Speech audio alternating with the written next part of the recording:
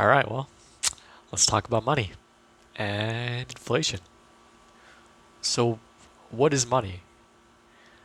Money is essentially it's accounting.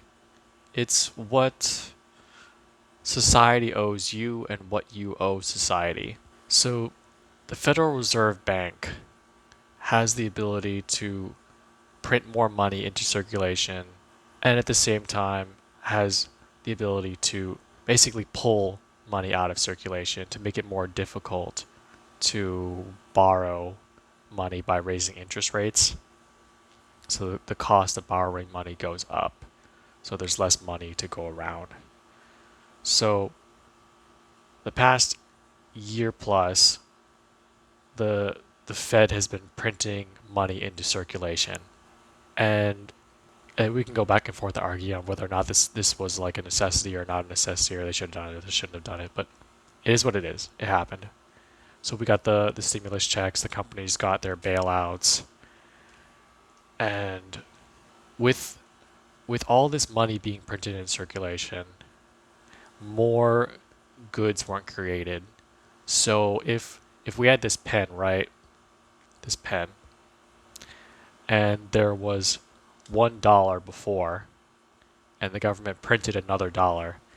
Now there's two. This pen was worth $1 before, but now there's $2 in circulation, right?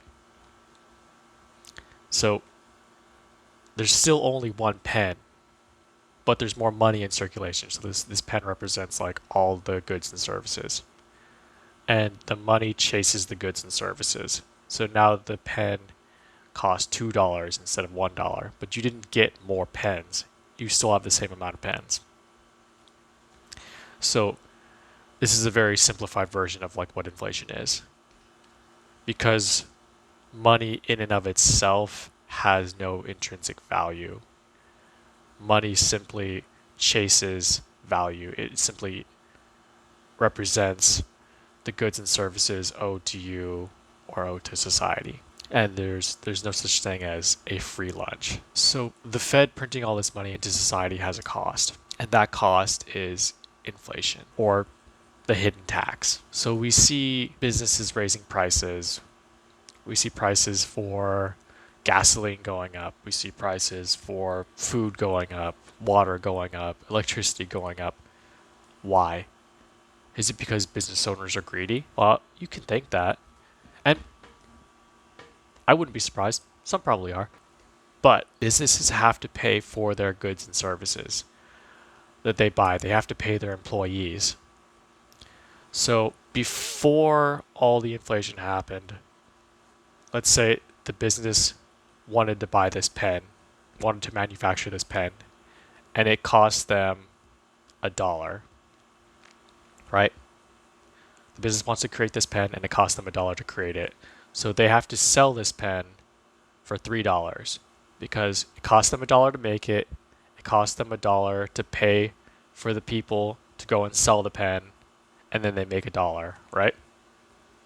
So now, after inflation, after the Fed goes and prints all this money into circulation, there's not more stuff. There's the same amount of this one pen. So now this pen costs $2 to make. So now they have to sell this pen for $6 because they have to pay for the manufacturing of the pen. They have to pay for all the components that go into making it. They have to pay the people who are working to go out and sell it, to market it, and they have to make a profit. If a business doesn't make a profit on the goods and the services that they're selling, the business shuts down. And this is a fundamental part of going into business. It makes no sense to run a business that is break even or losing money and is going to lose money as far as you can see. You might as well shut down the whole business and just not have it if it's just going to break even or lose money. So, earning money is fundamentally moral. And I know that may seem like a weird concept, like, oh, like if you want money, like you're greedy, you're like trying to hurt people, right? Like, no. I mean, sure, so some people, but no. So if you want to go into business and you want to stay in business, you don't do it by screwing people. You just don't. You give people more value than the money they're giving to you in exchange. No one buys something freely away from coercion unless they're getting something more valuable in return for their money. See, people only buy things because they believe they're getting more value than they're in exchanging the thing for their money. See, I bought this pen for $3 because I wanted this pen more than I wanted my $3. The business did not cheat me. I got this valuable pen in exchange for my money, for accounting. Anyway, that's all. That's all I have for now. Thank you very much for watching. Remember to dislike and unsub for the channel. This is not financial, medical, or aloha spirit advice, and goodbye.